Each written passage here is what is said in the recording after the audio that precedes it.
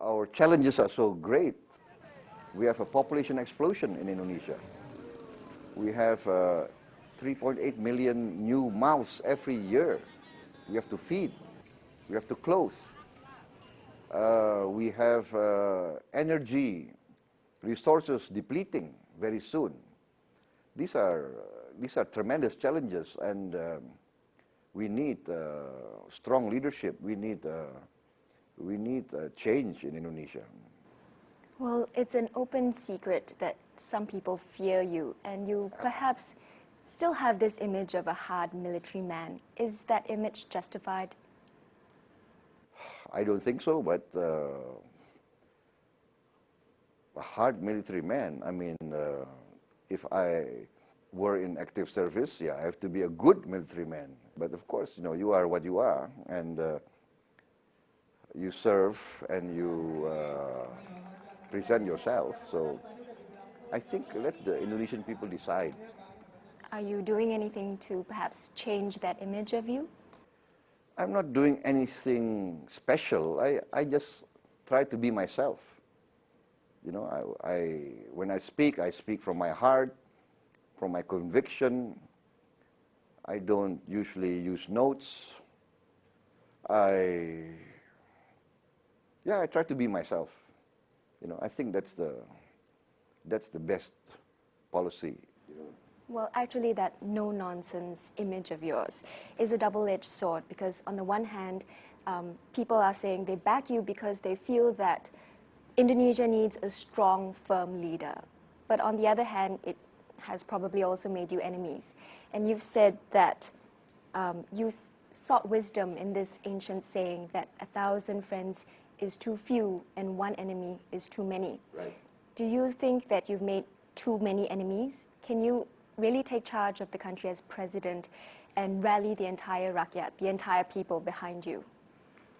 I think I did make enemies in my career. You know, I was a no-nonsense guy, mission-oriented. You know, I was a combat officer, you know. Once you've been in combat, you don't really think too much about ceremonies and niceties, and so I think on that case I was a bit too abrasive. But I think now, you know, I am older. I think a bit wiser, I hope. But in the end, I think it's what you stand for. It's the principles you stand for that matters, I think. And I think this is coming across, that that in the end I'm a good servant of my people, and if they need me, I will serve. Well, Susilo Bambang Yudho, you know, Wiranto, yourself, all ex-military, it seems that the Indonesian military still looms large in politics. Why do you think this is the case? Why are there so many former army figures in politics right now?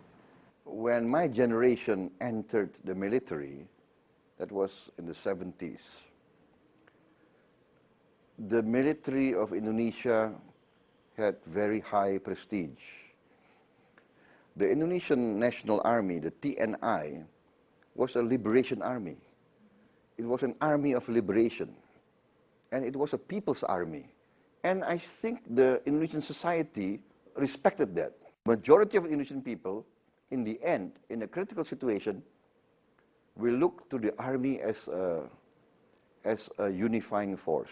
And you think this is still the case 14 years since they've experienced democracy? Well, all the surveys and the research say that the majority of the Indonesian people, they still believe in the loyalty, the credibility of the TNI, the Indonesian National Army.